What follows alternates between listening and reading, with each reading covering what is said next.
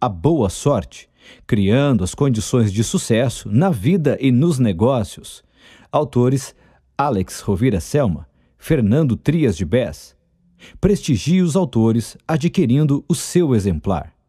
Em uma bela tarde de primavera, Vitor, um homem de aspecto elegante e informal, sentou-se naquele que era o seu banco preferido no maior parque daquela grande cidade. Ali, sentindo-se em paz, afrouxou o nó da gravata e apoiou seus pés descalços sobre um macio chão de trevos. Com 64 anos e uma vida cheia de realizações, Vitor gostava especialmente daquele lugar.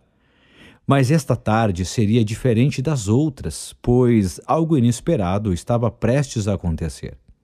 Aproximando-se do mesmo banco com a intenção de se sentar, apareceu outro homem, também com seus 60 anos, chamado Davi. Ele tinha um ar cansado, até mesmo abatido. Percebia-se nele uma pessoa triste, embora conservasse, à sua maneira, um certo ar de dignidade. Davi estava passando por grandes dificuldades naquele momento. Na verdade, há anos que as coisas não iam bem para ele. Davi sentou-se ao lado de Vitor e seus olhares se cruzaram. O estranho foi que tanto um quanto o outro, ao mesmo tempo, pensaram que algum vínculo os unia, algo conhecido e longínquo, mas intimamente familiar. "Você é o Vitor?" perguntou Davi com respeito. "E você é o Davi?" respondeu Vitor, já certo que reconhecia naquela pessoa o seu amigo. "Não é possível! Não acredito, depois de tanto tempo!" Eles se levantaram e se abraçaram, soltando uma grande risada. Vitor e Davi tinham sido amigos íntimos de infância, dos 2 aos 10 anos. Eram vizinhos no modesto bairro onde viveram os primeiros anos de suas vidas. "Te conheci por esses inconfundíveis olhos azuis", disse Vitor. "E eu te conheci por esse olhar tão límpido e sincero que você tem há 54 anos e que não mudou nada", respondeu Davi. Eles então compartilharam boas histórias de infância e lembraram lugares e pessoas que acreditavam ter esquecido. Até que Vitor, que via na cara de seu amigo uma sombra de tristeza, disse a ele: "Meu velho amigo, conte-me, como foi sua vida?" Davi encolheu os ombros e suspirou. "Minha vida foi uma sucessão de erros." "Por quê?" perguntou Vitor. "Você deve lembrar que deixamos o bairro onde éramos vizinhos quando tínhamos 10 anos, que desaparecemos e que nunca mais se ouviu falar de nós. O motivo foi que meu pai herdou uma enorme fortuna de um tio distante que não tinha descendentes. Fomos embora sem dizer nada a ninguém. Meus pais não queriam que ninguém soubesse da sorte que tivemos. Mudamos de casa, de bairro, de vizinhos e de amigos. Foi naquele momento que você e eu perdemos contato." "Mas então foi por isso", disse Vitor. "Sempre nos perguntamos o que teria acontecido. A fortuna era assim tão grande?" "Era assim. Além disso, parte importante do que herdamos foi uma grande empresa têxtil em pleno funcionamento e rica em recursos. Meu pai, inclusive, a fez crescer ainda mais. Quando morreu, eu assumi seu lugar à frente do empreendimento. Porém, tive muita falta de sorte. Tudo foi contra mim", contou Davi. "O que aconteceu?" "Durante muito tempo não fiz qualquer mudança, pois tudo ia mais ou menos bem. Porém, logo começaram a aparecer concorrentes por toda parte e as vendas caíram. Como nosso produto era o melhor, eu tinha a esperança que os clientes percebessem que os concorrentes não ofereciam a mesma qualidade. Mas os clientes não entendiam de tecidos. Se entendessem de verdade, teriam se dado conta. Em vez disso, procuravam cada vez mais as novas marcas que iam aparecendo no mercado." Davi parou para tomar fôlego. Recordar tudo aquilo não era nada agradável. Vitor estava quieto, sem saber o que dizer. "Perdi muito dinheiro. Embora a empresa continuasse sobrevivendo, tentei reduzir os custos de todas as maneiras, mas quanto mais eu os cortava, mais caíam as vendas. Estive a ponto de criar uma marca própria, mas não tive coragem. O O mercado pedia marcas estrangeiras e isso me deixou no limite.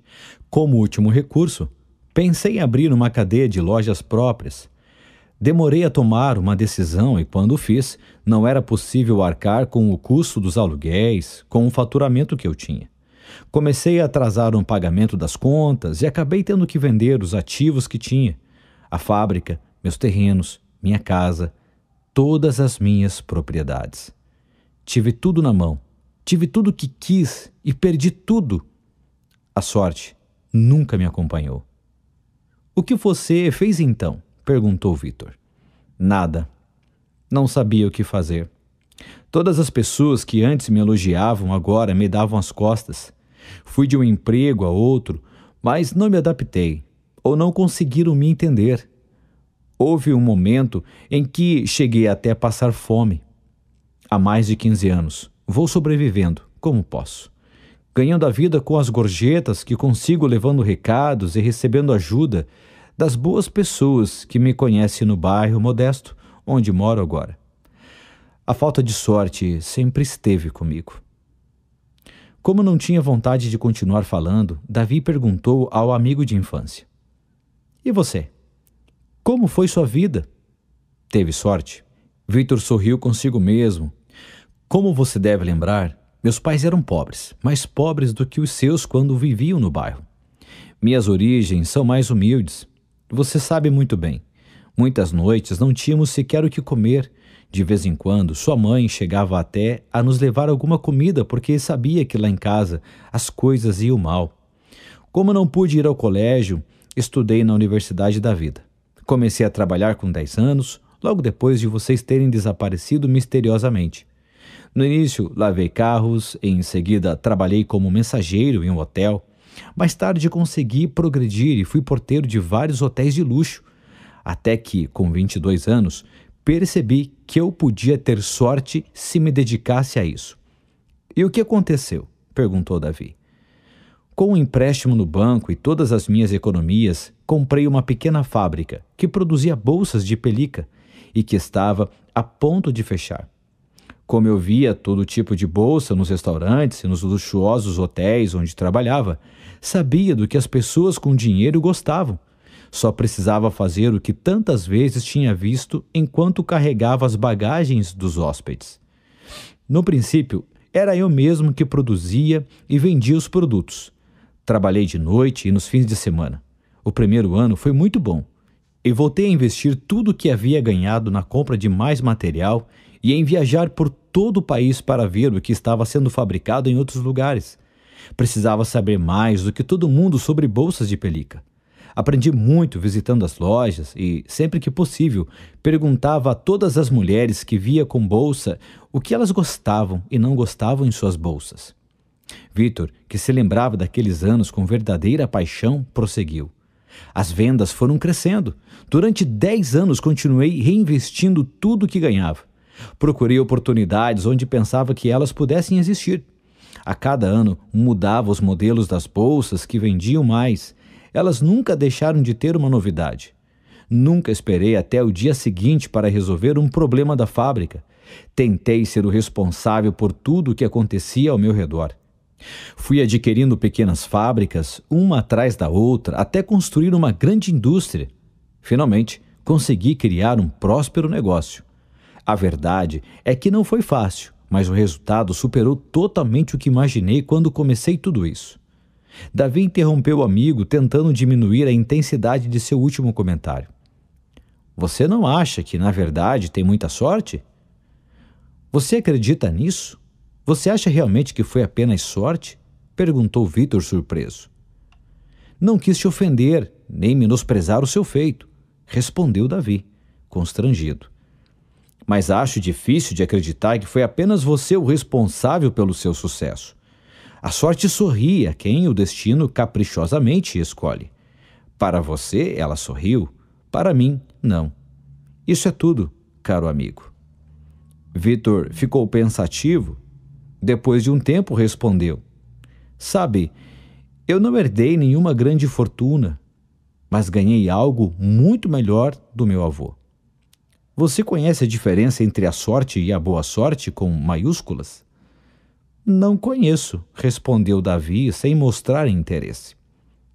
Aprendi a diferença entre sorte e a boa sorte com uma fábula que meu avô costumava contar quando morava lá em casa. Sempre pensei e continuo pensando que essa história mudou minha vida. Acompanhou-me em momentos de medo, de dúvida, de incerteza, de confusão e também nas horas de alegria, felicidade e gratidão. Graças a ela, decidi comprar a pequena fábrica com o resultado de 6 anos de muito esforço e com todas as minhas economias. Foi também essa história que influenciou outras importantes decisões que se revelaram cruciais na minha vida. Vitor continuou falando, enquanto Davi, com a cabeça afundada entre os ombros, olhava para o chão. Talvez, aos 64 anos, ninguém esteja mais a fim de ouvir histórias. Mas nunca é tarde para escutar algo que possa ser útil. Como diz o ditado, enquanto há vida, há esperança. Se você quiser, eu posso te contar. Como Davi ficou quieto, Vitor foi em frente. É uma história que ajudou muitas pessoas, não só gente do mundo dos negócios, como empresários e profissionais de todos os ramos.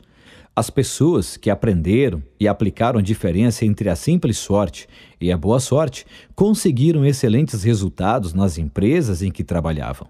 Para outras, ela serviu até mesmo para encontrarem o amor. Foi útil também a esportistas, artistas, cientistas e pesquisadores. E lhe digo isso porque pude observar em primeira mão. Tenho 64 anos e constatei o efeito dessa lenda na vida de muitas pessoas. Mais animado e talvez movido pela curiosidade, Davi finalmente falou. Está bom.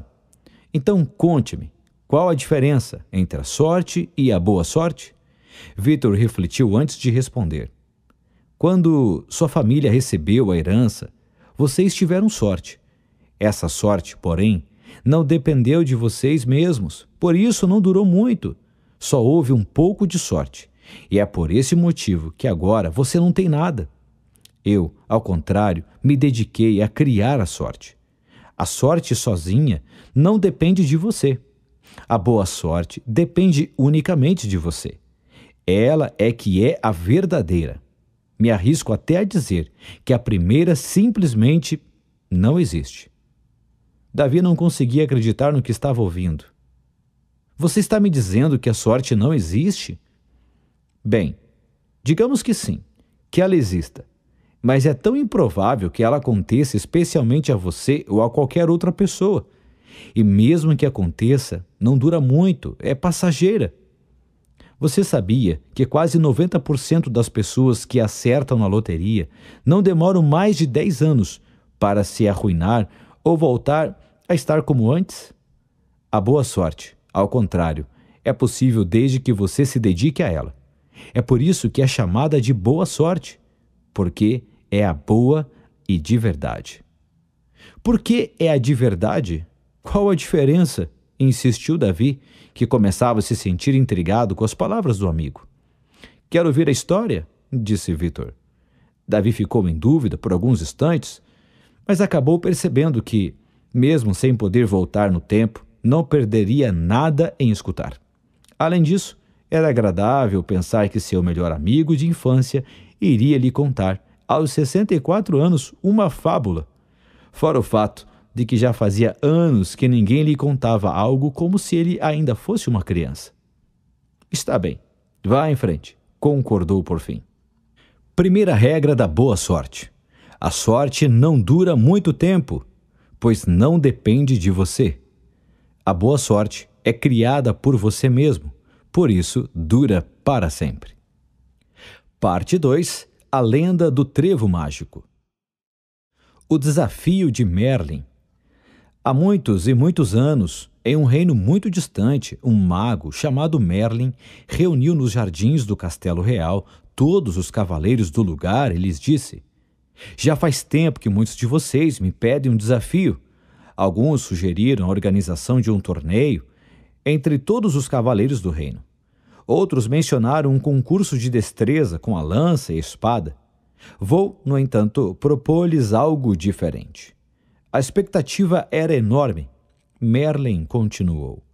Soube que dentro de 7 luas vai nascer em nosso reino o trevo mágico. Houve então uma comoção, murmúrios, exclamações entre os cavaleiros. Alguns já sabiam do que se tratava, outros não. Merlin impôs ordem na assembleia.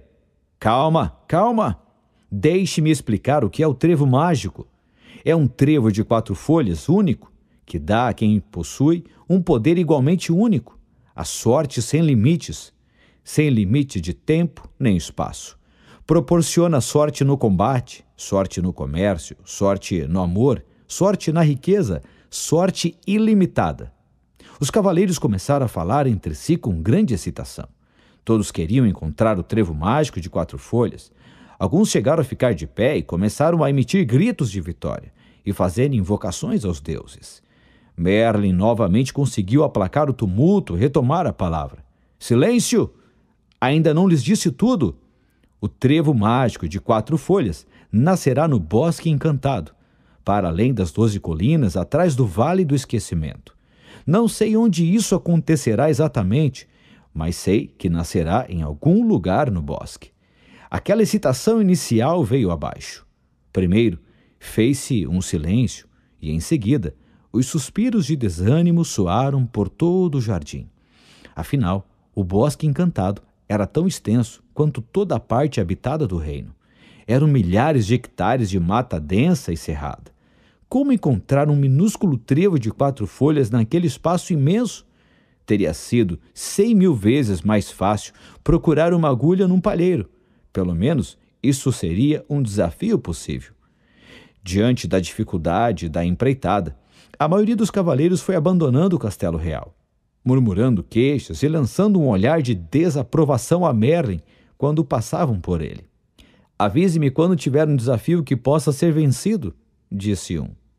Se eu soubesse que se tratava disso, não teria me dado ao trabalho de vir aqui, reclamou outro. Que desafio! Por que não nos envia a um deserto para encontrar um grão de areia azul? Seria mais fácil, alfinetou o outro, com ironia.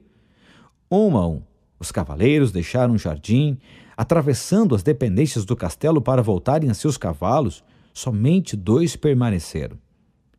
E então? Perguntou Merlin. Vocês também vão embora?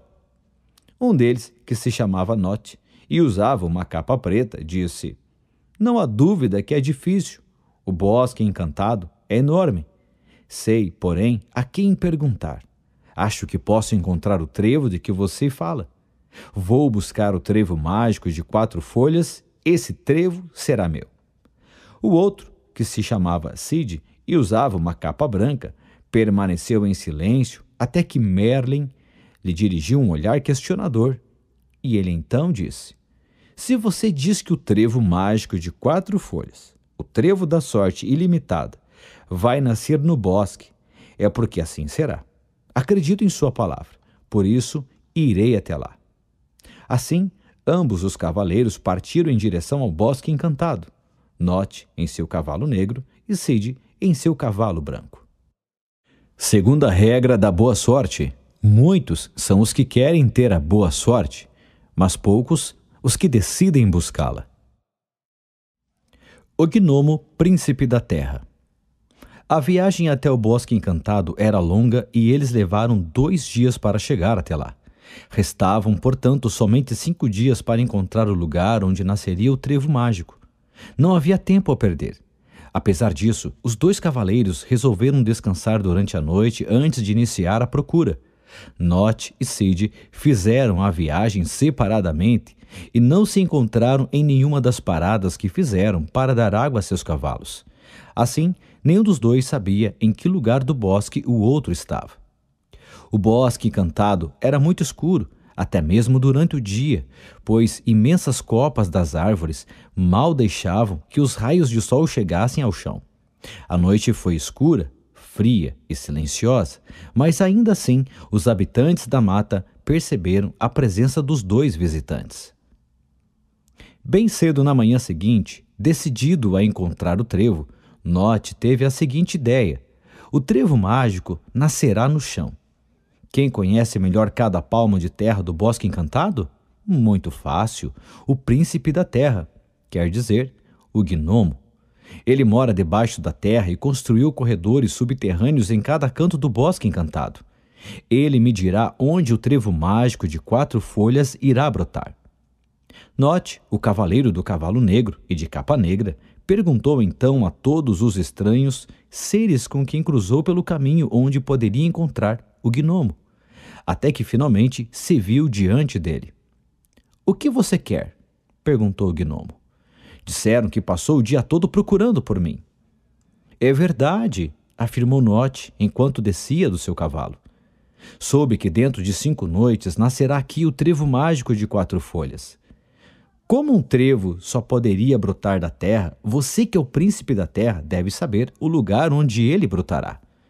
Você é o único que conhece cada palmo deste imenso bosque por debaixo da terra. Conhece como ninguém todas as raízes de todas as plantas, arbustos e árvores que há neste lugar. Se o trevo vai nascer dentro de 5 noites, você já deve ter visto suas raízes. Diga-me, onde ele está?" Pensou o gnomo. "Você sabe tão bem quanto eu", continuou Note, "que o trevo mágico proporciona sorte ilimitada somente aos cavaleiros. Portanto, não tem nenhum valor para você, que é um gnomo, nem para os outros habitantes do Bosque Encantado. Diga-me onde nascerá. Eu sei que você sabe o lugar." O gnomo respondeu: "Conheço os poderes do trevo mágico de 4 folhas e já sei que sua sorte ilimitada só contempla os cavaleiros que o possuírem. Mas não vi suas raízes em nenhum local do bosque. E mais, no Bosque Encantado nunca nasceram trevos. É impossível que o trevo brote aqui. Quem lhe disse isso provavelmente se enganou." "Não será você que está enganado? Já não terá dito a Cid, o cavaleiro do cavalo branco e de capa branca, onde nascerá o trevo encantado?" perguntou Note num tom desafiador. "Não sei do que você está falando. Não conheço esse Cid e não tenho ideia de quem disse semelhante besteira. Neste bosque nunca houve um só trevo, nem sequer de 3 folhas. Os trevos não nascem aqui simplesmente porque não podem. Deixe-me em paz. Vivo neste bosque há mais de 150 anos e jamais me haviam feito uma pergunta tão estúpida. Adeus." Note deu a empreitada por impossível. "Não é a primeira vez que encontro alguém que não está à minha altura", pensou. Montou de novo em seu cavalo, deu meia volta e achou melhor esperar até o dia seguinte.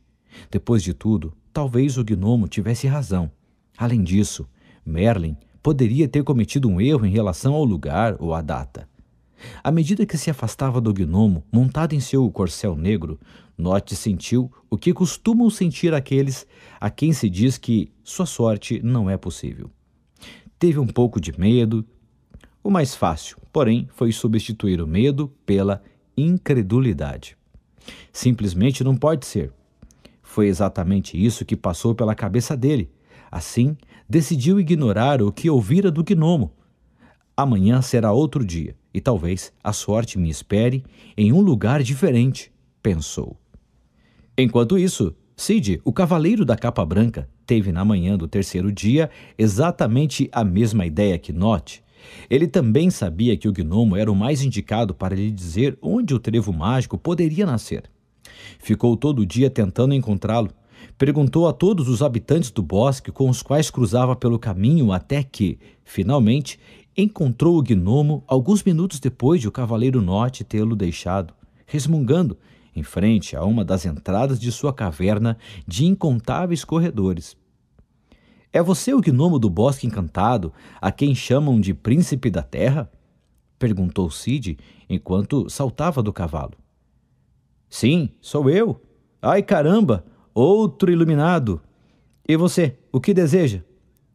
"Soube que dentro de 5 noites nascerá no bosque o trevo mágico de 4 folhas e pensei que..." Cid não pôde acabar a frase. O gnomo ficou vermelho como um pimentão e encheu os pulmões e as bochechas de ar como se fosse estourar. "Que história é essa desse maldito trevo mágico hoje? Já disse ao outro cavaleiro, simplesmente não pode nascer trevos aqui. Quem afirmou o contrário está errado. Está fazendo uma brincadeira de mau gosto ou bebeu além da conta. O melhor que vocês podem fazer é voltar a seus castelos ou sair em socorro de alguma dama em perigo. Aqui estão perdendo seu tempo. Cid percebeu que algo estranho estava acontecendo. Segundo Merlin, um trevo mágico nasceria no bosque e, de acordo com o gnomo, era impossível que nas atuais circunstâncias nascesse ali um trevo. Os dois provavelmente diriam a verdade, mas talvez a verdade de cada um fosse diferente da outra. Portanto, continuar procurando o trevo mágico talvez fosse uma perda de tempo. Se, como o gnomo dissera, fosse impossível brotar um trevo naquele lugar nas atuais, então se tratava de saber o que estava faltando para que um trevo pudesse nascer ali. Assim, Cid lhe perguntou enquanto procurava acalmá-lo. Espere, espere! Você disse que nunca nasceram trevos em todo o bosque encantado. Nunca, jamais! Resmungou o gnomo enquanto entrava em sua toca. Não vá embora ainda, por favor. Explique-me por quê. Quero saber por que nunca nasceram trevos neste bosque. O gnomo deu meia volta e respondeu. Por causa da terra? É evidente que é por causa dela. Ninguém nunca tratou de renovar esta terra. Os trevos precisam de terra fresca e arejada, e a terra deste bosque é dura, compacta. Se ela nunca foi renovada e arejada, como é que pode então nascer um único trevo por aqui? Portanto, gnomo, príncipe da terra, se eu quisesse ter uma só chance, ainda que uma só mesmo, de que crescesse um único trevo no bosque, eu deveria renovar a terra, trocá-la? Perguntou Cid. Obviamente. Ou você não sabe que só se consegue coisas novas quando se faz coisas novas?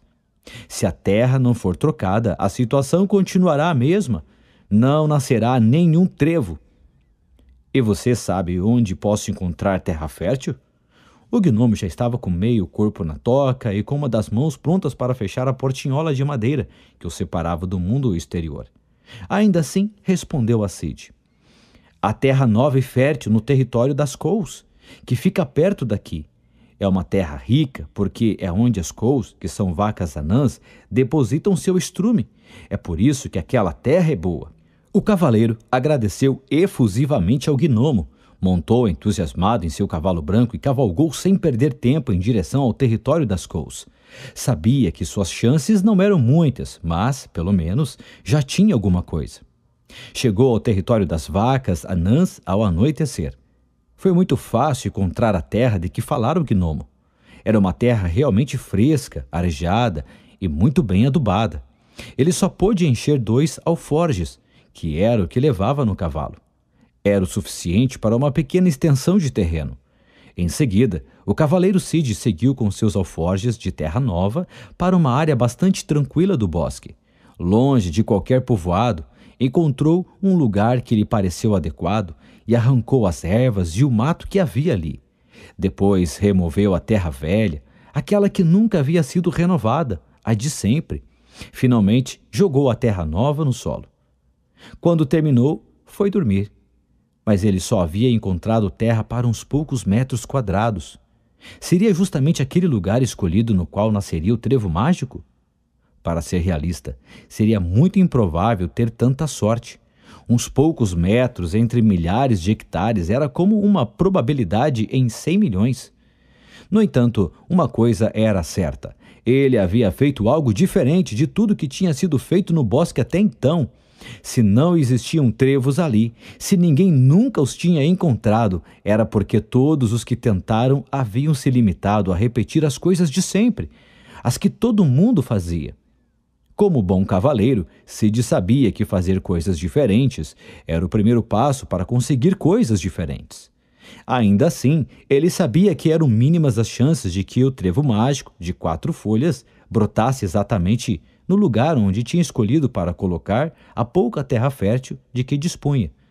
Mas, pelo menos, já sabia porque não havia trevos, e no dia seguinte saberia mais. Disso tinha certeza. Deitado com a cabeça no chão, Cid olhava a terra, que acabara de colocar sobre o solo. Pensou que o gnomo dizia sua verdade e que Merlin também expressava sua verdade. Eram 2 verdades, aparentemente contraditórias. No entanto, Agindo daquela forma, colocando a terra nova sobre a terra de sempre, essa aparente contradição desaparecera. Se não existiram trevos no passado, isso não significa necessariamente que no futuro eles não possam nascer aqui, uma vez que as condições do solo agora são diferentes, pensou. Adormeceu, imaginando o trevo brotando da terra nova que havia espalhado. Sonhando com isso, o ajudava a esquecer a pequena probabilidade de que aqueles poucos metros fossem os escolhidos pelo destino para acolher o trevo mágico. O sol se pôs, restavam somente 4 noites. Terceira regra da boa sorte. Se você não tem a boa sorte agora, talvez seja porque está sob as circunstâncias de sempre. Para que ela chegue, é preciso criar novas circunstâncias. A Dama do Lago. O quarto dia amanheceu muito mais frio do que os outros. O canto dos canários, pintacilgos, melros e rouxinóis abafou o dos grilos. Note montou em seu cavalo e pensou que a informação que o gnomo lhe dera era realmente preocupante. É impossível que trevos nasçam no bosque encantado. E mais, nunca havia brotado trevo ali e gnomo sabia o que estava falando. De qualquer modo, talvez o gnomo estivesse enganado. Sabia que não podia confiar plenamente em suas palavras, embora esse pensamento não o levasse a lugar nenhum. Ele, ao menos, o tranquilizava. Decidiu dedicar o dia a encontrar alguém capaz de desmentir a informação do gnomo. Isso colocaria novamente a sorte em suas mãos. Depois de cavalgar por mais de 5 horas, Note avistou ao longe, no meio do espesso bosque, um grande lago. Como estava com sede e imaginava que seu cavalo também estivesse sedento, decidiu aproximar-se da água. Era um lago muito bonito, estava cheio de nenúfares com flores amarelas e brancas. Bebeu um pouco da água e se sentou às margens do lago, enquanto seu cavalo bebia vorazmente. De repente, uma voz atrás dele o surpreendeu. — Quem é você? Era uma voz feminina, doce e ao mesmo tempo profunda, frágil, mas firme. Sedutora, porém desafiante. Era a Dama do Lago, uma mulher de beleza e perfeição nunca vistas, modelada com a forma da água e que emergia do lago de uma forma impressionante. Note havia ouvido falar nela. Rapidamente percebeu que podia conseguir, com essa dama, a informação sobre sua tão importante missão. — Sou Note, o cavaleiro da capa preta. O que você e seu cavalo estão fazendo perto do meu lago? Já mataram a sede? O que querem agora? — Estão acordando meus nenúfares e esta é a hora do sono deles. Meus nenúfares dormem durante o dia e cantam à noite. Se eles acordarem, esta noite não cantarão. Seu canto evapora a água do lago durante a noite. Se eles não cantarem, a água não vai evaporar. Se a água não evaporar, o lago transbordará. E se o lago transbordar, muitas flores, plantas e árvores morrerão afogadas. Fique em silêncio e desapareça. Não acorde meus nenúfares. — Calma, calma, interrompeu Note enfaticamente. Não me conte sua vida. Seus problemas não me interessam. Já estou indo embora. Só quero fazer-lhe uma pergunta, Dama do Lago. Você que fornece água a todo o bosque encantado, você que rega todos os cantos deste lugar, diga-me, onde crescem os trevos aqui? Ela começou a rir. Eram gargalhadas tristemente brincalhonas. Ria com uma estranha discrição. O riso era agudo, mas também grave. Quando parou de rir, ficou séria e afirmou: os trevos não podem nascer neste bosque. Não vê que a água que distribuo aqui chega a todas as partes por infiltração? Não sai de mim através de rios e regatos, mas é filtrada pelas paredes do lago e chega a todos os pontos do bosque encantado. Por acaso, viu poças em algum lugar deste bosque? Os trevos têm necessidade de muita água, precisam que um riacho lhes leve água permanentemente. Jamais encontrará um trevo neste bosque. A Dama do Lago mergulhou novamente. Foi impressionante. O vapor da água que lhe dava forma se diluiu e simplesmente caiu no lago como se fossem milhares de gotas de chuva. Note quase não prestou atenção ao maravilhoso espetáculo que acabava de ver. Estava farto de ouvir a mesma história. Sério e pensativo, se perguntou o que estaria acontecendo. Começava a tomar consciência de que poderia ser verdade, que ele nunca teria sorte. Isso lhe provocou um medo mais intenso do que o que sentira no dia anterior após falar com o gnomo. Preciso encontrar alguém que me diga o contrário. Tenho que falar com alguém que me assegure que a sorte está aqui, que o trevo mágico pode brotar no bosque encantado, disse a si mesmo. Começou a odiar a sorte. Era algo abominável. Era a coisa mais desejada, mas a mais inaceitável do mundo. Ele não podia suportar esse sentimento. Esperar a sorte o deprimia, mas era tudo que podia fazer, já que... Que alternativa ele tinha? Sentindo-se assim, voltou a montar seu cavalo e cavalgou pelo resto do dia, vagando pelo bosque encantado sem direção, na esperança de ter a sorte de encontrar o trevo mágico de 4 folhas. Naquele mesmo dia, o cavaleiro Cid se levantou um pouco mais tarde do que o dia anterior. Como tinha renovado a terra até tarde, resolveu dormir 1 hora a mais. Enquanto comia umas maçãs que compartilhou com seu cavalo branco, pensou no que faria nesse dia. Já tenho a terra, agora preciso saber de quanta água vou precisar. A probabilidade de ter escolhido o lugar certo é mínima, eu sei. Mas, se este for o lugar escolhido, então devo fazer com que a terra receba a quantidade adequada de água. Ele não teve a menor dúvida. Não era segredo que todos os habitantes do Bosque Encantado, a Dama do Lago era a única que tinha água. Custou-lhe um pouco encontrá-la. Precisou perguntar aqui e ali e pedir ajuda de vários animais falantes que encontrou no caminho. Ele chegou ao lago alguns minutos depois de Note ter saído dali. Aproximou-se bem devagar, procurava não fazer barulho, mas, sem querer, pisou em uma casca de noz, que estalou. Imediatamente, a Dama do Lago emergiu, imponente. Ela repetiu a mesma queixa que havia feito a Note. O que você e seu cavalo branco estão fazendo perto do meu lago? O que querem? Estão acordando meus nenúfares? É a hora do sono deles. Meus nenúfares dormem de dia e cantam à noite. Se forem acordados, esta noite não cantarão. Seu canto evapora a água do lago durante a noite. Se eles não cantarem, a água não vai evaporar. Se a água não evaporar, o lago transbordará. E se o lago transbordar, muitas flores, plantas e árvores morrerão afogadas. Fique em silêncio e desapareça. Não acorde meus nenúfares. Cid ficou atônito, não só pela magnificência do espetáculo que acabava de ver, mas pelo grave problema que a Dama do Lago lhe revelara. Ele precisava de água para regar a área escolhida. Contudo, sem dúvida, acordaria os nenúfares se dedicasse todo dia a apanhar a água do lago. As coisas estavam ficando complicadas. Não havia água em nenhum outro lugar do Bosque Encantado. O que fazer? Como ele era uma pessoa sensível, a mistura de beleza, tristeza e ansiedade na voz da Dama do Lago o elevou a se interessar pelo seu problema e a tentar ajudá-la. Diga-me, por que não sai água deste lago? De todos os lagos nascem regatos ou rios? Pela primeira vez, a voz da Dama do Lago era uma voz sem contrastes, uma voz triste, uma voz de dor. Porque no meu lago não há continuidade, não há novos rios que saíam de mim.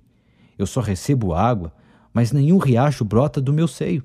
Por isso, tenho que viver sempre esperando que os nenúfares durmam, para que possam cantar à noite.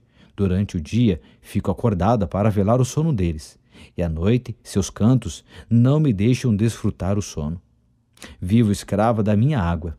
Por favor, vá embora e não desperte meus nenúfares. Cid então percebeu que o lago tinha em abundância justamente o que lhe fazia falta: água. Eu posso ajudá-la, ele propôs. Diga-me, porém, uma coisa: de quanta água um trevo precisa? A Dama do Lago respondeu: precisa de água em abundância, de água clara de um riacho. A terra na qual nascem os trevos deve estar sempre úmida. Então posso ajudá-la e você pode me ajudar. Shhh! Não grite assim, que um nenúfar já acordou. Explique-me como. Se você permitir, abrirei um sulco na margem do lago para que um regato nasça a partir de você, e assim conseguirei que a água não se acumule mais em seu seio. Não farei barulho, pois cavarei com cuidado um sulco na terra, e a água sairá do seu lago. Dessa maneira, não haverá mais necessidade de se preocupar com os nenúfares. Você poderá dormir sempre que quiser. A dama do lago ficou pensativa, mas depois concordou. Está bem, mas não faça barulho. Imediatamente, para espanto de Cid, ela desapareceu. Sem esperar um instante, ele improvisou uma enxada com sua espada e pendurou na parte traseira de seu cavalo.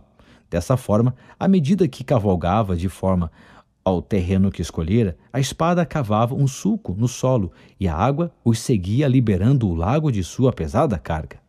A água chegou até a terra fresca e fértil. Cid havia conseguido. Tinha encharcado a terra, criando um riacho de água clara, o que nunca existira antes no Bosque Encantado. Assim, ele se preparou para dormir no espaço que havia criado. Refletiu sobre o que acontecera e lembrou-se do que seu mestre sempre dizia: a vida lhe devolve o que você lhe dá.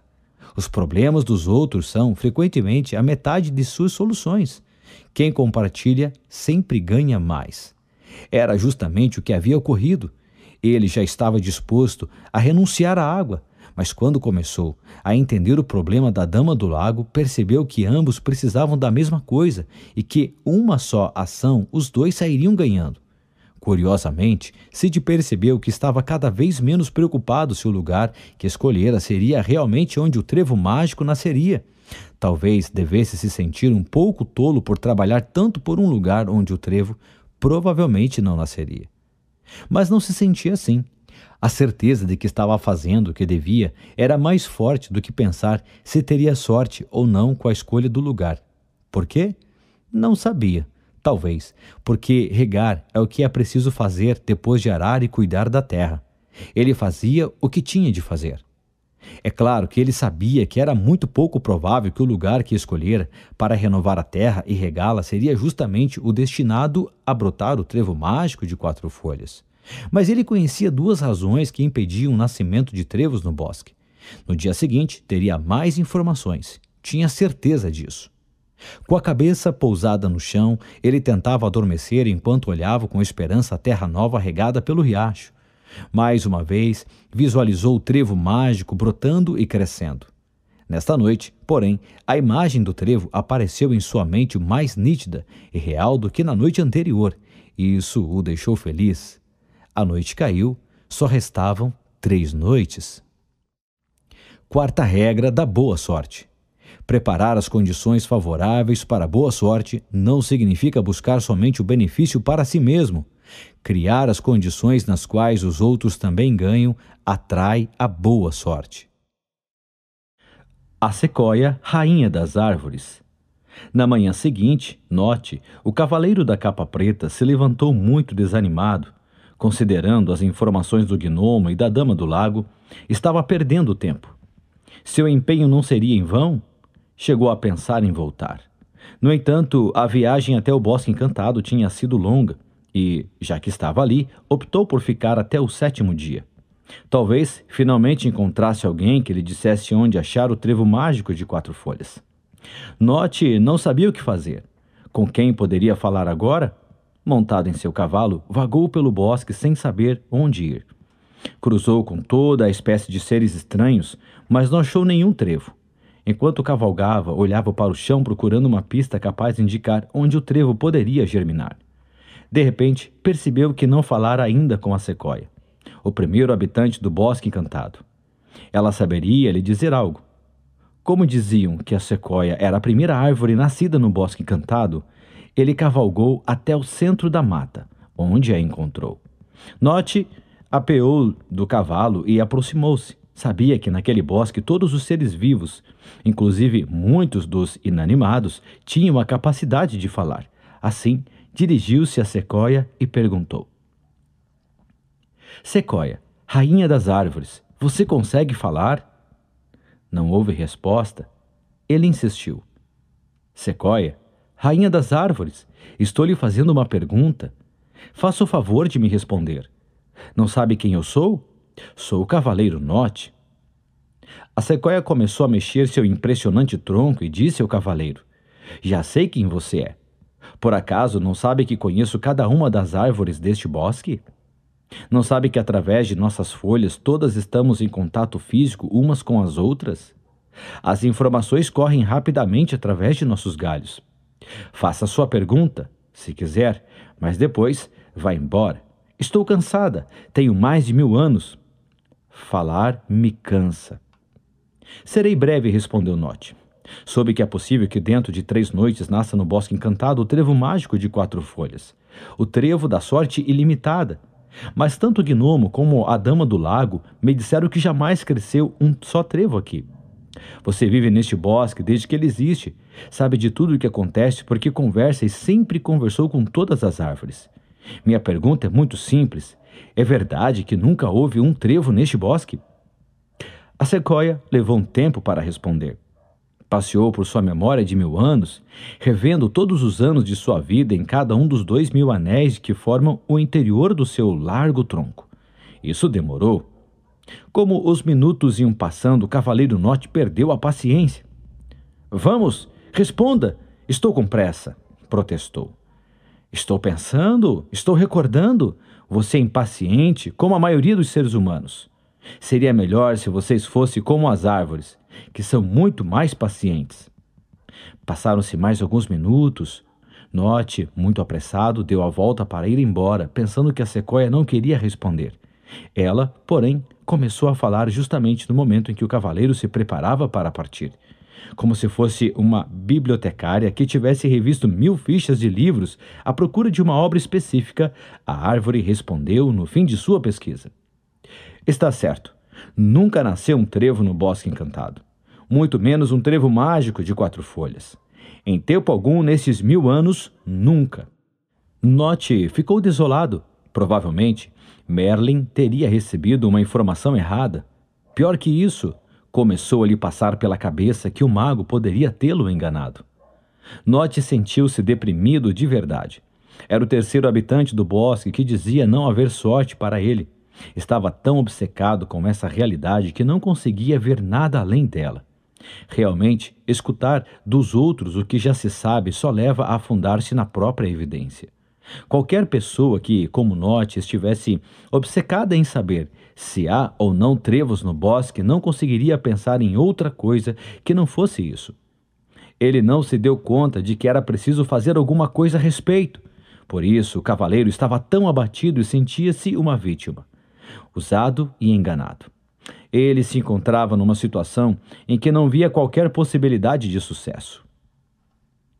Naquela manhã, o cavaleiro se levantou mais satisfeito do que no dia anterior. Observou alegre tudo que já havia providenciado, terra fértil e água abundante. Se o lugar em que nasceria o trevo mágico fosse este, agora ele precisaria saber o quanto de sol e de sombra seria necessário. Cid era um cavaleiro e não especialista em jardinagem, por isso tinha que falar com alguém que conhecesse muito bem as plantas e as árvores. Mas quem? Logo se lembrou. Claro! Como não? A sequoia! É a árvore mais sábia do bosque. Ela saberá quanto de sol é necessário para um trevo. Cid cavalgou até o centro do Bosque Encantado. Desceu de seu cavalo, foi até a árvore, como pouco antes havia feito Nott. Aproximou-se dela e perguntou: Distinta sequoia, rainha das árvores, deseja falar? Não obteve resposta, mas insistiu. Respeitada e venerada sequoia, rainha das árvores, se não estiver muito cansada, gostaria de lhe fazer uma pergunta. Se você não puder falar agora, voltarei em outro momento. A verdade é que a sequoia havia decidido não responder a outro arrogante cavaleiro que lhe viesse fazer perguntas. Mas logo viu que Cid não era impaciente nem arrogante. Pela amabilidade de suas palavras e seu respeitoso gesto de inclinar a cabeça e apoiar o joelho no chão, ela deduziu que era uma pessoa distinta. Quando ele já estava indo embora, ela o chamou. É verdade que estou cansada. Diga-me, porém, qual é a pergunta? Obrigado por me responder, rainha das árvores. Minha pergunta é muito simples. Quanto de sol é preciso para que um trevo possa crescer? No caso de dispor de terra nova e água suficiente. disse a árvore. Dessa vez, contudo, levou bem menos tempo para se pronunciar, porque conhecia perfeitamente a resposta. Um trevo precisa tanto de sol como de sombra, mas não há um lugar assim por aqui. Como você já deve ter percebido, neste bosque só tem sombra. Por isso, nunca nasceu um trevo aqui. Essa é a resposta à sua pergunta. Até logo. Mas o cavaleiro Cid não desanimava facilmente. Espere, espere. Só mais uma pergunta, eu lhe imploro. Você, que é a rainha das árvores, me permite podar alguns galhos de suas súditas? Tenho sua autorização para fazer isso? A sequoia respondeu: minha permissão não é necessária. Você tem apenas que tirar as folhas e os galhos secos. Neste bosque, ninguém jamais trabalhou por manter limpas as copas das árvores. Nossos galhos nunca foram podados. Por isso, a luz não penetra aqui. Os moradores deste lugar são preguiçosos e sempre deixam suas obrigações para amanhã. Se você se dedicar apenas um pouco a essa tarefa, conseguirá fazer com que haja luz e sombra por igual embaixo de qualquer árvore.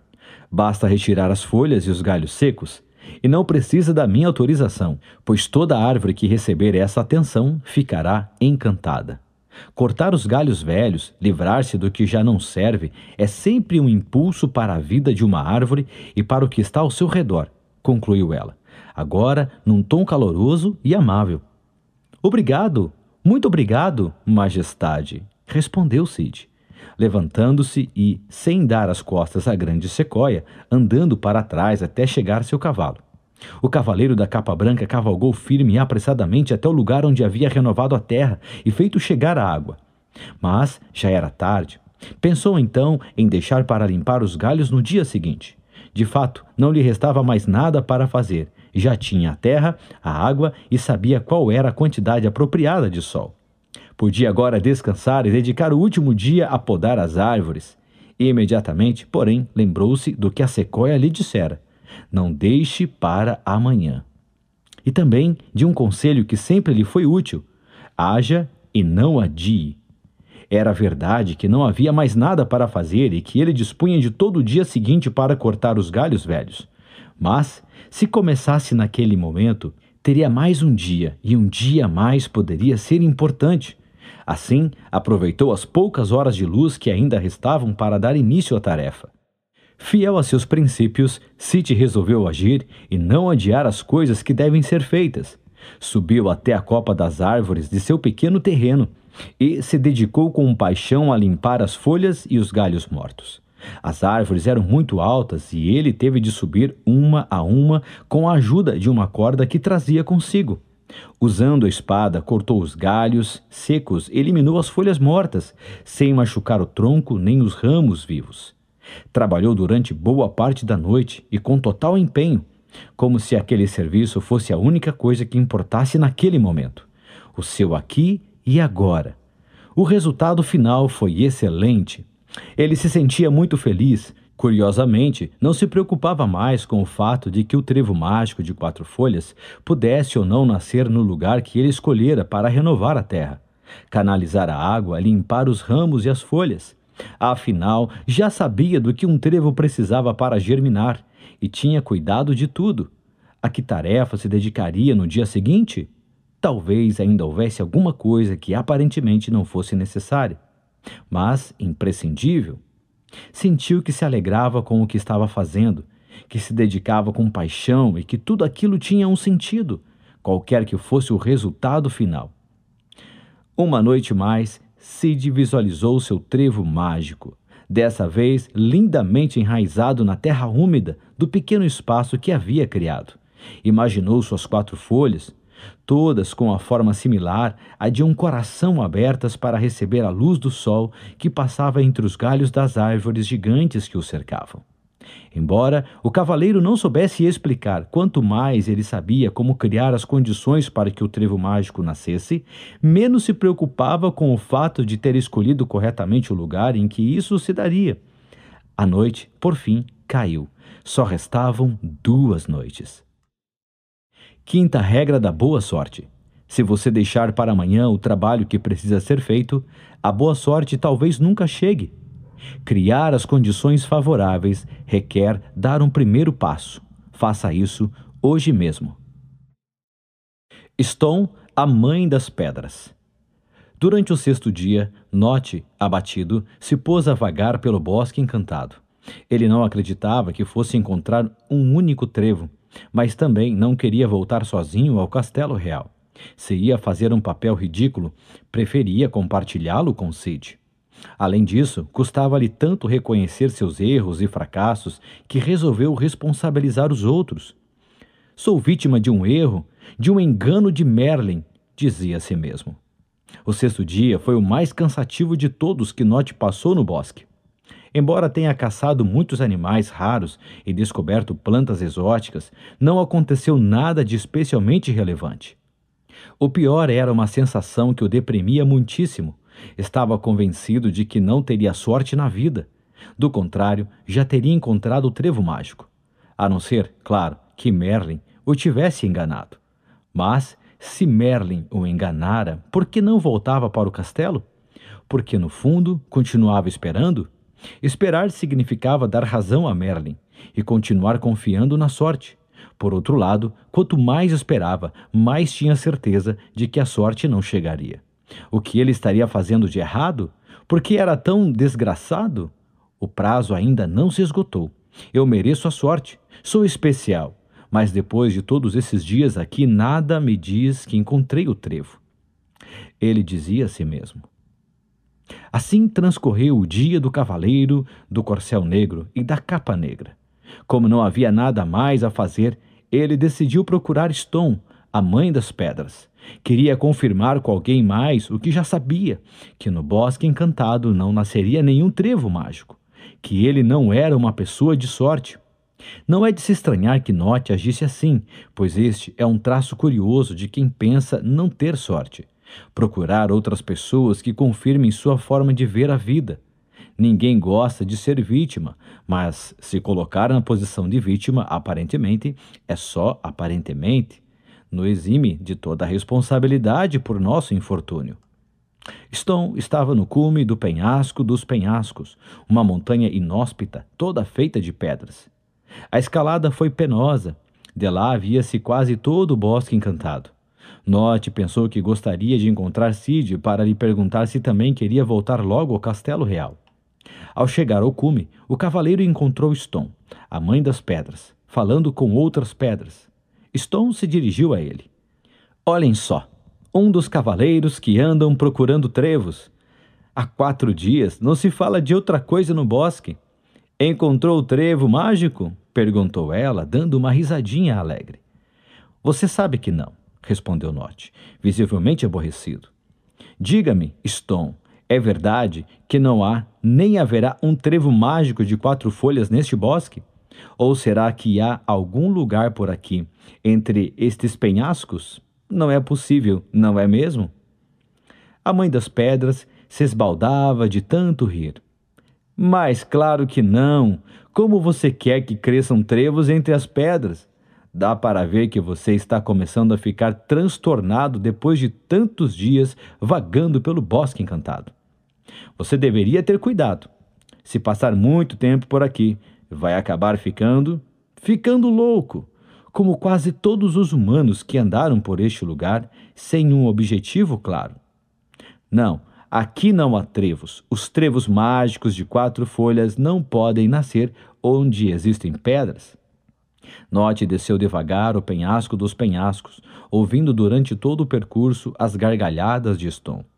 Já não havia mais nada que pudesse fazer. Seu temor finalmente tinha se confirmado. Não terei boa sorte, pensou. Logo lembrou-se de Sid e se alegrou com amargura ao pensar. Aquele outro louco tampouco encontrará o trevo mágico, por mais que ande pelo bosque. Imaginar o fracasso de Sid o tranquilizava, o consolava e até o deixava contente. Se não há um trevo mágico para mim, também não haverá para ele, disse em voz alta, com raiva e convencido de suas palavras. Em seguida, montou em seu cavalo e partiu em busca de um lugar para dormir. Ao se levantar de manhã, Sid percebeu que o trabalho da noite anterior surtira resultados. Viu um lindo espetáculo, a névoa se dissipando e dando lugar a raios de sol dourados que iluminavam a terra que ele havia colocado ali no primeiro dia. Assim, pôde comprovar, para sua grande satisfação, que o sol e a sombra penetravam por igual em cada um dos palmos da terra nova. Sentia-se verdadeiramente orgulhoso e feliz. Tinha renovado a terra, podado as árvores para que o sol pudesse chegar até ela e também umedecido o solo. Como aquele era o último dia, ele tinha que decidir exatamente como empregar seu tempo, uma vez que tomara todas as providências que considerava necessárias. O melhor agora era verificar se restava algo a fazer. Como ele dizia, o copo estava meio cheio, portanto tinha que saber como enchê-lo por inteiro, caso tivesse acertado o lugar em que o trevo mágico nasceria, como Merlin dissera. Como tinha pensado na noite anterior, precisava descobrir se, naquele momento, ainda faltava fazer alguma coisa que fosse aparentemente desnecessária, mas indispensável. Terra, água, sol, mas o que mais poderia faltar? Assim ele passou o 6º dia perguntando a todos os seres que encontrava pelo bosque o que podia estar faltando para a terra, além do sol, da sombra e da água, para que um trevo de 4 folhas nascesse ali. Mas ninguém soube lhe dizer o que faltava.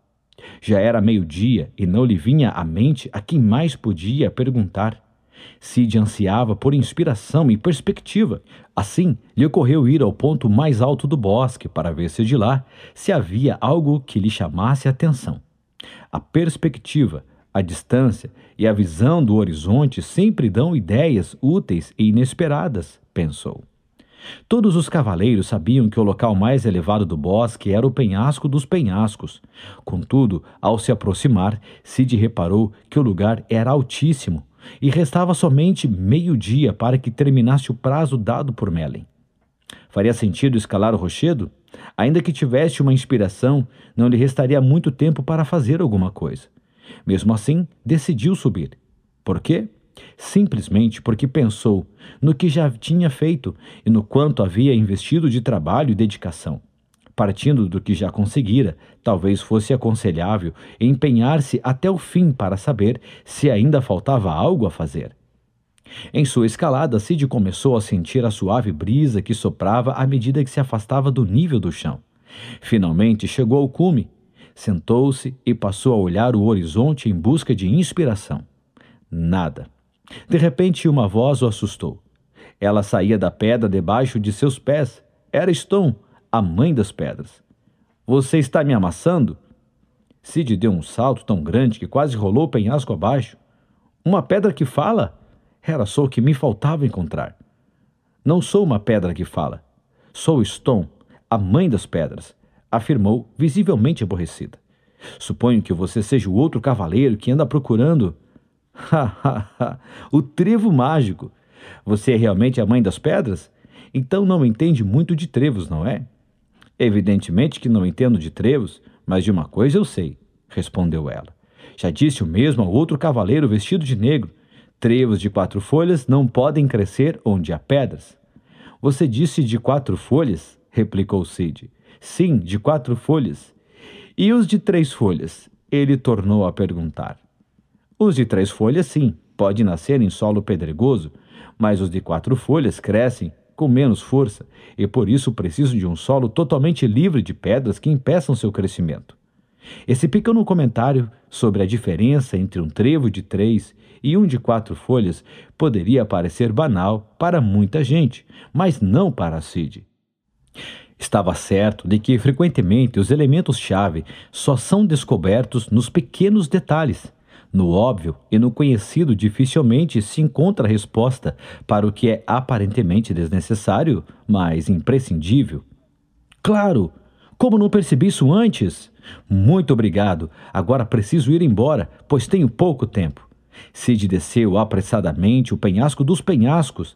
Precisava correr a toda velocidade, pois ele não havia tirado as pedras de seu pedaço de terra. Ao chegar, ainda restavam 2 horas de sol. Ele removeu todas as pedras, uma a uma. De fato, o local estava cheio delas. Se por acaso aquele fosse o lugar certo para que o trevo mágico brotasse, isso seria impossível por causa das pedras. Sid percebeu como era importante valorizar e reconhecer o que tinha alcançado, o que ele definia como a parte já cheia do copo, assim como se concentrar no que pudesse estar faltando. Isso sempre o havia ajudado a seguir adiante. Mesmo quando parece que a pessoa já fez tudo e que não há mais nada a fazer. Se ela mantiver a atitude adequada, se permanecer disposta a saber se ainda falta algo a fazer, sempre encontrará uma pista para um bom caminho. De fato, foi isso que aconteceu. Que bom ele não ter deixado a poda dos galhos para o dia seguinte. Caso contrário, nunca teria sabido que era necessário retirar as pedras. E mais uma noite Sid dormiu perto do espaço que criara. E uma vez mais imaginou o belo trevo mágico em todo o seu esplendor, no centro da terra que ele havia preparado, iluminado, regado e livrado das pedras. Antes de adormecer, imaginou estar segurando o trevo nas mãos. Sentiu sua suave textura ao encostá-lo na pele, sua intensa cor verde, suas belas folhas desdobradas. Ele chegou até mesmo a sentir o agradável cheiro de clorofila que o trevo mágico exalava. Era tudo tão real que, pela primeira vez, ele teve certeza de que o trevo nasceria ali. Era capaz de imaginá-lo e podia senti-lo com riqueza de detalhes. Isso lhe fez muito bem e assim foi tomado por um profundo sentimento de serena alegria e paz interior. Acontecesse o que acontecesse, no dia seguinte ele saberia. Disso também tinha certeza. Logo ficou tudo escuro. Restava somente uma noite. Era a véspera do dia em que deveria nascer no Bosque Encantado o trevo mágico de 4 folhas, o trevo da sorte ilimitada. Sexta regra da boa sorte. Às vezes, mesmo que as condições favoráveis estejam aparentemente presentes, a boa sorte não chega. Procure nos pequenos detalhes o que for aparentemente desnecessário, mas imprescindível. O encontro dos cavaleiros no Bosque Encantado. Na última noite, enquanto Nott procurava um lugar para dormir, percebeu que cavalgava por um trecho de terra fresca, regada e sem pedras e, ao olhar para cima, descobriu que havia uma abertura por entre as copas das árvores. Mais adiante, viu Sid deitado com seu cavalo preso a uma árvore. Sid? Ele se levantou, pois ainda não tinha dormido. Nott? Como vai? Encontrou o trevo? Perguntou Nott a Sid. Não. Bem, na verdade, já não o procuro há 3 dias. No primeiro dia, o gnomo me disse que não havia trevos em todo o bosque, e assim decidi deixar de procurar. Então, perguntou Nott, que diabos você está fazendo aqui? Por que não volta ao castelo? Antes de Sid responder, Nott observou que as roupas dele estavam manchadas com musgo que crescia no tronco das árvores, as botas enlameadas e sua indumentária nitidamente suja, como resultado dos últimos 4 dias passados no Bosque Encantado. Mas o que aconteceu com você? Desde que o gnomo me disse que trevos não nascem no Bosque Encantado, me dediquei a criar este espaço. Veja, a terra nova, bem adubada e regada. Venha comigo, eu lhe mostrarei o riacho que fiz chegar até aqui, a partir do lago onde mora a dama. E olhe, continuou Sid, emocionado e feliz por poder mostrar a alguém o que havia criado. Estas são todas as pedras e galhos que retirei em 2 dias, porque você sabe que onde há pedras... Nott o interrompeu. Você está louco? Em nome de que está plantando uma horta de uns poucos metros quando, na realidade, não tem a menor ideia de onde vai nascer o trevo mágico? Não sabe que este bosque é milhões de vezes maior do que este pequeno terreno? Você é bobo ou o quê? Não vê que não faz sentido ter feito tudo isso se ninguém pode lhe dizer? Que diabos? Qual é o lugar que deve ser preparado? Você ficou doente? Logo nos veremos no Castelo Real. Vou procurar um lugar tranquilo para passar a noite. Nott desapareceu entre as árvores. Sid ficou olhando para ele surpreso depois de tudo que ouvira e pensou com seus botões. Merlin disse que poderíamos encontrar o trevo mágico, mas não disse que não seria necessário fazer alguma coisa. Sétima regra da boa sorte: para quem só acredita no acaso, criar as condições favoráveis parece absurdo. Para quem se dedica a criar as condições favoráveis, o acaso não é motivo de preocupação. A bruxa Morgana e a coruja visitam Nod. A última noite poderia ter transcorrido serenamente, mas não foi assim para nenhum dos dois cavaleiros. Enquanto Nod dormia, esperando ansiosamente o amanhecer para voltar a seu castelo, um barulho o assustou de tal forma que se levantou, dando um salto e desembainhando a espada. Uhul! Fez a coruja da bruxa Morgana, que estava de pé a seu lado, parcialmente iluminada pelo fogo que o cavaleiro havia acendido para suportar o frio. Quem é você? E o que deseja? Tenha cuidado, pois minha espada está afiada. Guardia, vim fazer um trato com você. Nod, cavaleiro do corcel negro e da capa negra. Um trato? Que trato? Não quero fazer pactos com bruxas, e muito menos com você, Morgana. A sua fama é péssima. Você tem certeza? É sobre um trevo de 4 folhas, disse sutilmente a bruxa, mostrando os dentes escuros enquanto franzia o nariz pontudo e esfregava as mãos enrugadas. Tentando exibir um sorriso amigável, Nod embainhou a espada e se inclinou para ouvi-la. Vamos conversar. O que você sabe? Perguntou ele. Sei onde nascerá o trevo mágico de 4 folhas. Vamos rápido? Diga-me, exigiu o cavaleiro com impaciência. Eu lhe direi se antes me prometer cumprir sua parte no trato. E que parte é essa que devo cumprir? Perguntou Nod. Quero que mate Merlin com sua espada assim que eu encontrar. Como? Por que haveria de matar Merlin? Porque ele enganou você. Ele sabe onde nascerá o trevo mágico, assim como eu sei. O pacto é muito claro. Eu lhe digo onde encontrar o trevo mágico e você mata Merlin. Sorte limitada para você. Fim dos meus problemas de feitiçaria. Com a morte de Merlin, você consegue o trevo mágico e eu fico livre do meu principal rival. Nod estava tão desanimado e frustrado, com tanta vontade de se vingar de Merlin e ganhar de Cid, que decidiu aceitar. Isso é comum quando uma pessoa perde a fé em sua capacidade de criar a boa sorte. Ela tenta comprá-la do primeiro que a oferece. De fato, quem espera encontrar a sorte acredita que isso é algo fácil e que não requer trabalho. Foi exatamente isso que aconteceu com Nod. Trato feito. Diga-me onde nascerá o trevo mágico. Lembre-se de que me deu sua palavra. O trevo mágico nascerá amanhã, no jardim do Castelo Real. Não está nem nunca estará neste bosque. Como? Surpreendeu-se Nod, que não conseguia acreditar no que acabara de ouvir. Claro! Você não percebe? Merlin pretendia enganar todos os cavaleiros com seu estratagema. Ao lhes apresentar o desafio de procurar o trevo no bosque encantado, ele acreditava que todos viriam aqui e perderiam seu tempo. Mas só 2 fizeram isso. Merlin pensava que viriam mais. De qualquer maneira, ele conseguiu desviar a atenção do jardim do Castelo Real. Ninguém espera encontrar o trevo mágico lá. Mas Merlin estará lá amanhã para acolhê-lo. Você precisa se apressar. Foram necessárias 2 noites para você chegar aqui e só lhe resta 1 noite para voltar. Sele seu cavalo e cavalgue por toda a noite, mesmo que seu corcel negro morra de cansaço. Nod estava louco de raiva. No fim, tudo se encaixava. Foi por isso que todos os habitantes do Bosque Encantado me viram como um imbecil que perdia seu tempo procurando um trevo mágico que nunca havia nascido e nem nascerá aqui. Agora tudo faz sentido, pensou. Assim, enfurecido, selou o cavalo e desapareceu velozmente por entre as árvores a caminho do castelo no Reino Encantado. 8ª regra da boa sorte. Ninguém pode vender a sorte. A boa sorte não se compra.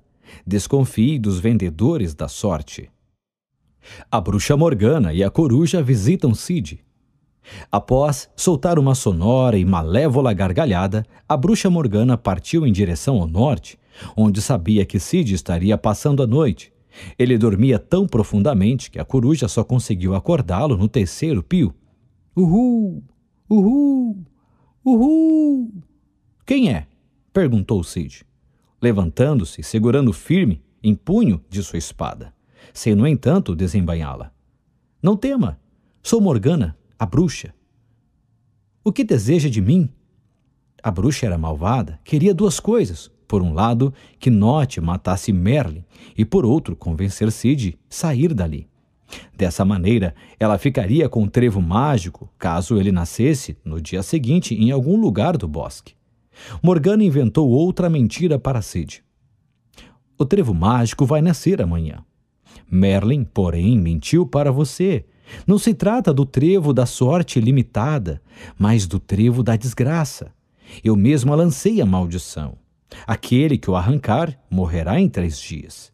Contudo, se ninguém o arrancar, Merlin morrerá ao cair da noite. Por isso, ele enganou você e o outro cavaleiro, para que um dos dois morra no lugar dele. Merlin precisa que o trevo seja arrancado amanhã antes do anoitecer. Volte a seu castelo. Nott já está a caminho. A bruxa foi muito astuta, deixou Cid sem opção. Se, no dia seguinte, ele encontrasse o trevo mágico, não saberia o que fazer.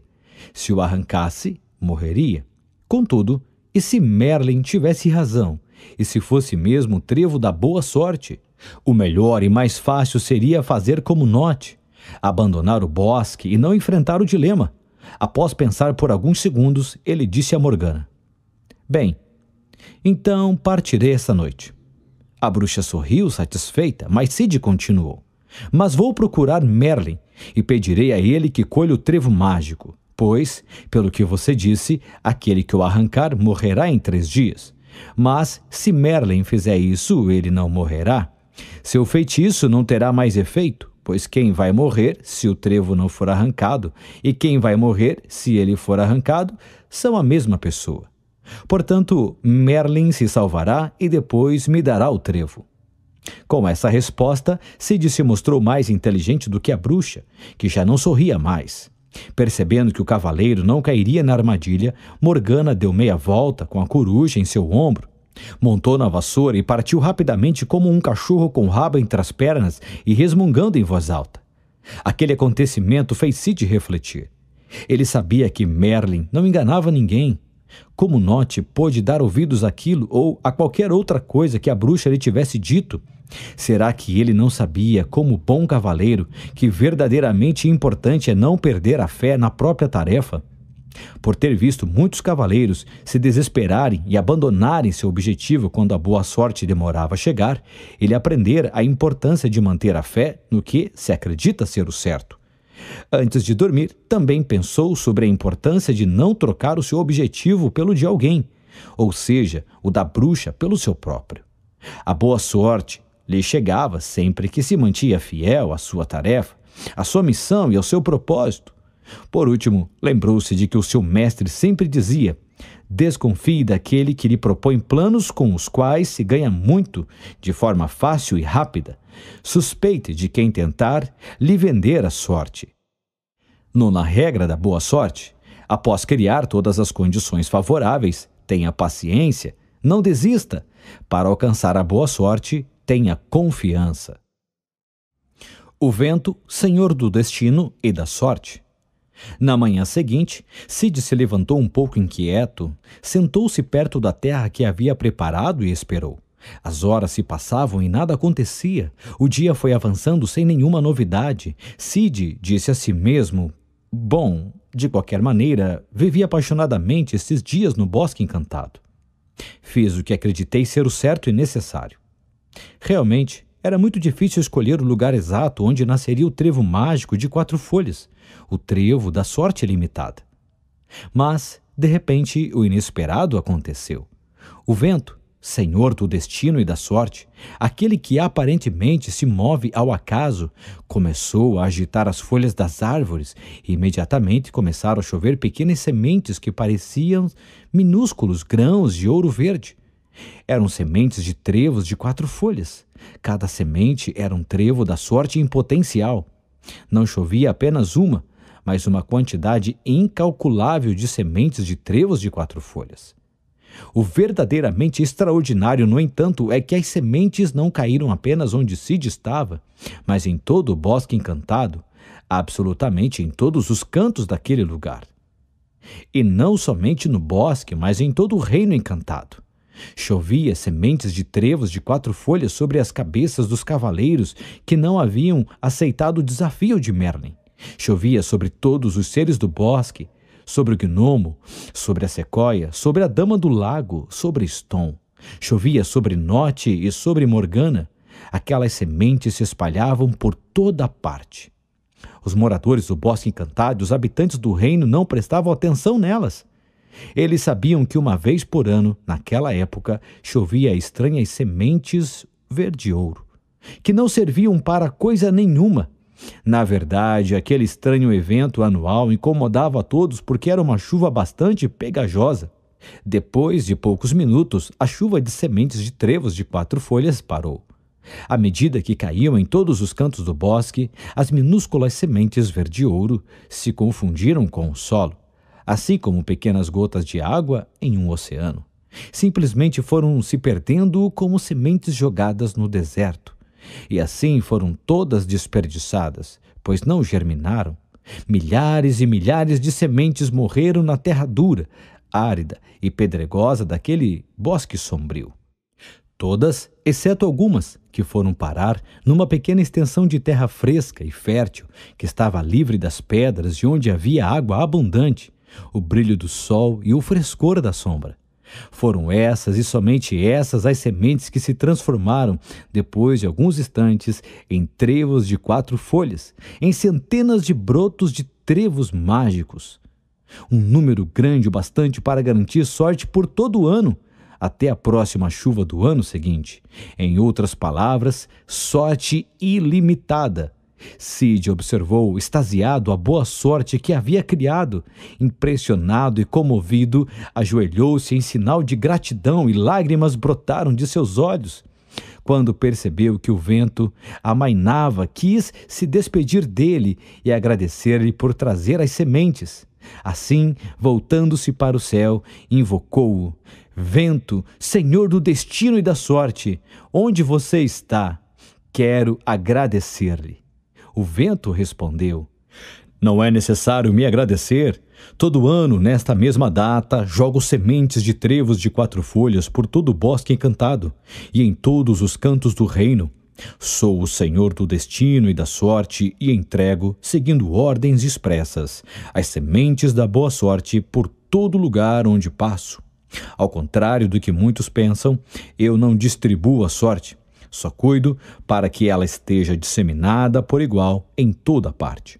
Os trevos mágicos nasceram porque você criou as condições adequadas para isso. Qualquer um que tivesse agido assim, obteria a boa sorte. Eu me limitei a fazer o que sempre fiz. A boa sorte que levo comigo está sempre por aí. O problema é que quase todo mundo acredita que não precisa fazer nada para alcançá-la. E continuou: na verdade, tanto fazia o lugar que você escolhesse. O importante era prepará-lo de forma como o fez. A sorte é a soma de oportunidade e preparação, mas a oportunidade está sempre presente. E assim é.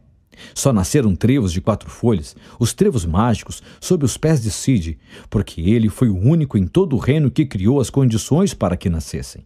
Pois, ao contrário do que muitos pensam, a boa sorte não é uma coisa que aconteça a poucos que não fazem nada. A boa sorte é uma coisa que pode chegar a todos nós se fizermos algo. E esse algo consiste unicamente em criar as condições para que as oportunidades, que são dadas a todos igualmente, não morram como sementes de trevos de 4 folhas caindo em terra estéril. E o vento se afastou, enquanto Cid deixava o bosque encantado para ir se encontrar com Merlin. 10ª regra da boa sorte. Para criar a boa sorte, é preciso preparar as condições favoráveis para as oportunidades. As oportunidades, porém, não dependem de sorte ou de acaso, elas estão sempre presentes. Portanto, criar a boa sorte consiste unicamente em criar as condições favoráveis. O reencontro com Merlin. Note cavalgou durante toda a noite. Ao chegar ao castelo, seu cavalo negro tinha o lombo ensanguentado pelos golpes de chicote e das esporas que Nott lhe infligira, para chegar a tempo de colher o trevo mágico que, segundo acreditava, teria brotado nos jardins do castelo. Assim que chegou a seu destino, seu pobre corcel negro morreu de exaustão. Nott cruzou a porta do castelo e cada um dos salões, derrubando com os golpes e chutes tudo que encontrava no caminho. A espada estava desembainhada e seu rosto crispado, com os olhos vermelhos de raiva. Merlin! Merlin! Onde está você? Não se esconda, porque vou encontrá-lo. Ele resolveu ir para o verde e frondoso jardim do castelo, onde sabia que encontraria o mago.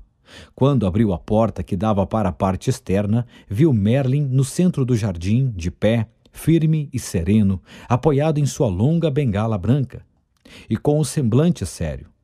Mas o jardim já não era mais um jardim, mas um pátio de azulejos. Durante as últimas 7 noites, os empregados do castelo tinham coberto a terra com azulejos. Nott deixou a espada cair de sua mão. Por que fez isso? Por que você cobriu o jardim de azulejos? Perguntou ele. Porque, do contrário, você teria tentado me matar.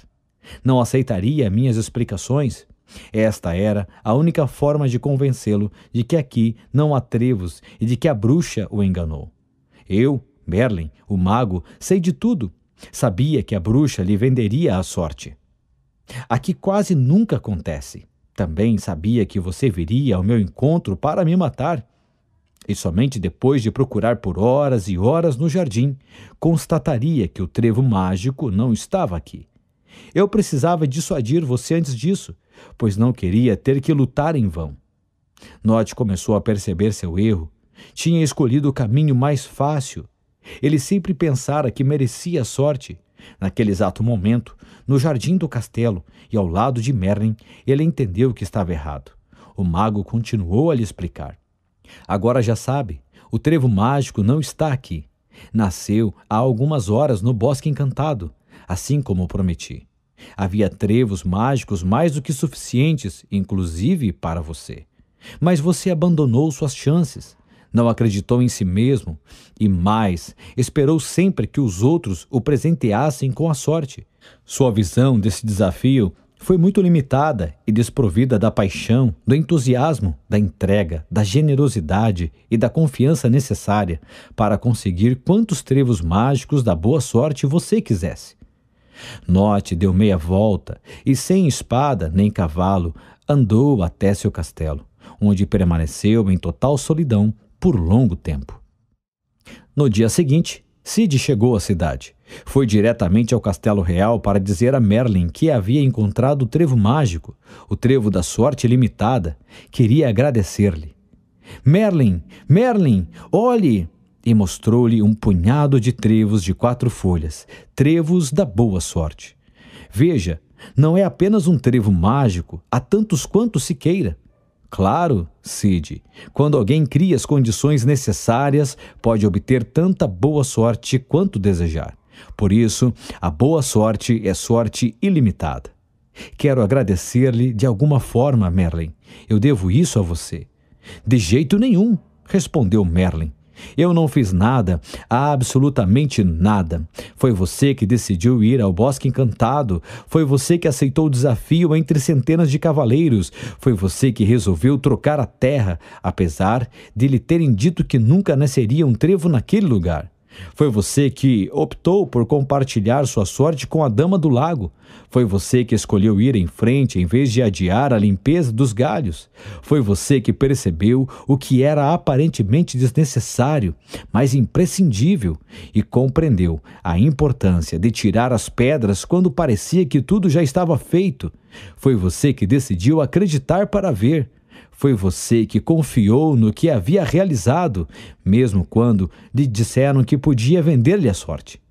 E Merlin acrescentou: e o mais importante, Cid, foi você que decidiu não confiar no acaso para encontrar o trevo e preferiu criar as condições para que ele chegasse até você. E concluiu: você decidiu ser a causa da sua sorte. A nova origem da boa sorte. Se criar a boa sorte é criar as condições favoráveis, a boa sorte depende unicamente de você.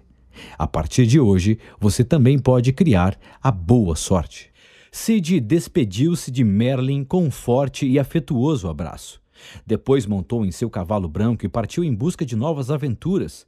Ele passou o resto de seus dias ensinando aos outros cavaleiros e às pessoas comuns, inclusive às crianças, as regras da boa sorte. Agora que sabia criar a boa sorte, não podia guardar esse segredo somente para si, pois a boa sorte deve ser compartilhada. E Sid pensou que, se agindo sozinho tinha sido capaz de criar tanta boa sorte somente em 7 dias, o que não seria capaz de fazer todo o reino se cada um de seus habitantes aprendesse a criar a boa sorte pelo resto de suas vidas? O reencontro. Ao fim da história, Davi também estava descalço, apoiando seus pés nos trevos que havia debaixo do banco no qual ele e Vitor estavam sentados. Os dois ficaram em silêncio, refletindo sobre a história. Passaram-se alguns minutos, ambos estavam pensando em algo. Uma lágrima rolou pela face de Davi. O primeiro a falar foi Vitor. Sei o que você está pensando, mas não quero que veja segundas intenções em minhas palavras. Por quê? Perguntou Davi. Talvez você ache que é só uma fábula, um conto. Não sei. Não quis dizer que você... Eu só queria fazer a boa sorte chegar até você. Estava pensando exatamente nisso, Vitor, na forma como essa história chegou a mim. O encontro com meu amigo de infância, que eu não via há 50 anos, colocou esta história em minhas mãos. Vitor refletiu sobre o encontro casual com Davi, um tremendo acaso. Isso tinha sido sorte e não boa sorte.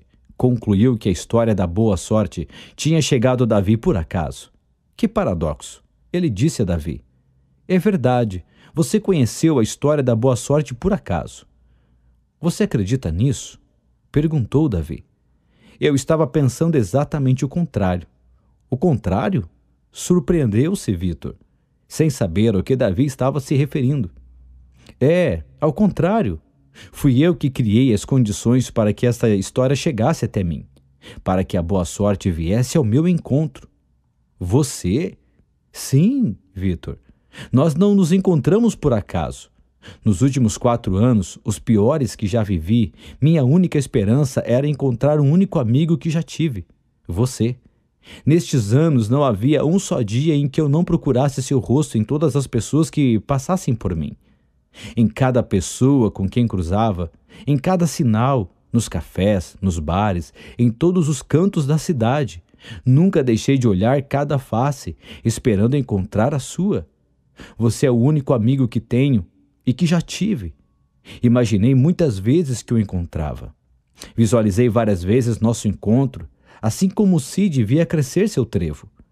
Em algumas ocasiões, até pude sentir o abraço que nos demos há pouco. Jamais deixei de acreditar que aconteceria. E acrescentou. Eu o encontrei porque quis encontrá-lo. A história da boa sorte chegou a mim porque eu, sem saber, já estava procurando. Visivelmente emocionado, Vitor disse a Davi. Portanto, na verdade, você acredita que a fábula está certa. Claro, continuou Davi, a fábula está certa. Não pode ser de outro modo. Nosso encontro é uma demonstração de que eu também posso ser como Sid. Hoje foi eu que criei a boa sorte. Eu também posso criar a boa sorte, não concorda? Concordo, exclamou Vitor. Será que posso acrescentar mais uma regra à sua história? Mas é claro, disse Vitor. E Davi continuou. A história da boa sorte nunca chega às suas mãos por acaso. Vitor sorriu. Não era necessário dizer mais nada. Entre bons amigos, as palavras muitas vezes são desnecessárias. Eles se abraçaram de novo, Vitor foi embora, mas Davi ficou sentado no banco e voltou a apoiar os pés descalços sobre os trevos frescos do grande parque da cidade. Davi notou que alguma lhe fazia cócegas no pé. Inclinou-se e, sem olhar, arrancou algo do chão que lhe tocava muito suavemente a pele e que parecia querer chamar sua atenção. Era um trevo de 4 folhas. Davi tinha decidido, aos 64 anos, começar a acreditar que podia criar a boa sorte. E você, quanto tempo vai esperar? Pessoas que também pensam assim. 90% do sucesso se baseia simplesmente em insistir. Woody Allen. Circunstâncias? O que são as circunstâncias? Eu sou as circunstâncias. Napoleão Bonaparte. Só triunfa no mundo quem se levanta e procura as circunstâncias e as cria quando não as encontra. George Bernard Shaw. Muitas pessoas pensam que ter talento é uma sorte. Poucas, no entanto, pensam que a sorte possa ser questão de talento. Jacinto Benavente. A sorte só fortalece a mente preparada. Isaac Asimov. A sorte é a desculpa dos fracassados. Pablo Neruda. O fruto da sorte só cai quando está maduro. Friedrich von Schiller. Acredito muito na sorte, descubro que, quanto mais trabalho, mais sorte tenho. Stephen Lecoq.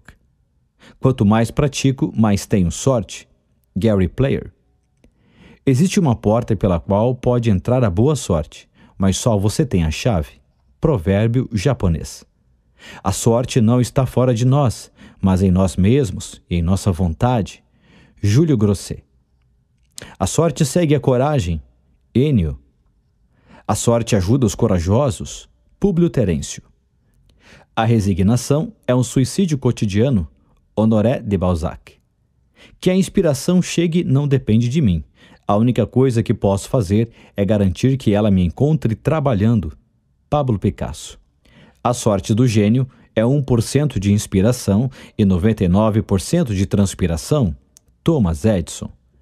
O segredo de um grande negócio consiste em saber algo que mais ninguém sabe. Aristóteles Onassis. Você é o motivo de quase tudo que lhe acontece. Niki Lauda. A sorte não é nada mais do que a habilidade de aproveitar as ocasiões favoráveis. Orison Swett Marden. De todos os meios que conduzem à sorte, os mais seguros são a perseverança e o trabalho. Louis Raybound. Somente aqueles que nada esperam do acaso são donos do destino. Matthew Arnold. O homem sábio cria mais oportunidades do que as encontra. Francis Bacon. Não existem grandes talentos sem grande vontade. Honoré de Balzac. Um otimista vê uma oportunidade em toda calamidade. Um pessimista vê uma calamidade em toda oportunidade. Winston Churchill. E quando pensa em realizar seu sonho? Perguntou o mestre a seu discípulo. Quando tiver a oportunidade de fazê-lo, respondeu este. O mestre lhe disse, a oportunidade nunca chega. A oportunidade já está aqui. Anthony de Mello. Deus não joga dados com o universo. Albert Einstein. Decálogo, síntese, a nova origem da boa sorte. Primeira regra da boa sorte. A sorte não dura muito tempo, pois não depende de você. A boa sorte é criada por você, por isso dura para sempre. Segunda regra da boa sorte. Muitos são os que querem ter a boa sorte, mas poucos os que decidem buscá-la. Terceira regra da boa sorte. Se você não tem a boa sorte agora, talvez seja porque está sob as circunstâncias de sempre. Para que ela chegue, é conveniente criar novas circunstâncias. Quarta regra da boa sorte. Preparar as condições favoráveis para a boa sorte não significa buscar somente o benefício para si mesmo. Criar as condições nas quais os outros também ganham atrai a boa sorte. Quinta regra da boa sorte. Se você deixar para amanhã o trabalho que precisa ser feito, a boa sorte talvez nunca chegue. Criar as condições favoráveis requer dar um primeiro passo. Faça isso hoje mesmo. Sexta regra da boa sorte. Às vezes, mesmo que as condições favoráveis estejam aparentemente presentes, a boa sorte não chega. Procure nos pequenos detalhes, o que for aparentemente desnecessário, mas imprescindível. Sétima regra da boa sorte. Para quem só acredita no acaso, criar as condições favoráveis parece absurdo. Para quem se dedica a criar as condições favoráveis, o acaso não é motivo de preocupação. Oitava regra da boa sorte. Ninguém pode vender a sorte. A boa sorte não se compra, Desconfie dos vendedores da sorte. Nona regra da boa sorte: após criar todas as condições favoráveis, tenha paciência, não desista. Para alcançar a boa sorte, tenha confiança. 10ª regra da boa sorte: para criar a boa sorte, é preciso preparar as condições favoráveis para as oportunidades. As oportunidades, porém, não dependem de sorte ou de acaso, elas estão sempre presentes. Síntese: criar a boa sorte consiste unicamente em criar as condições favoráveis. A nova origem da boa sorte: se criar a boa sorte é criar as condições favoráveis, a boa sorte depende unicamente de você. A partir de hoje, você também pode criar a boa sorte. A história da boa sorte nunca chega às suas mãos por acaso.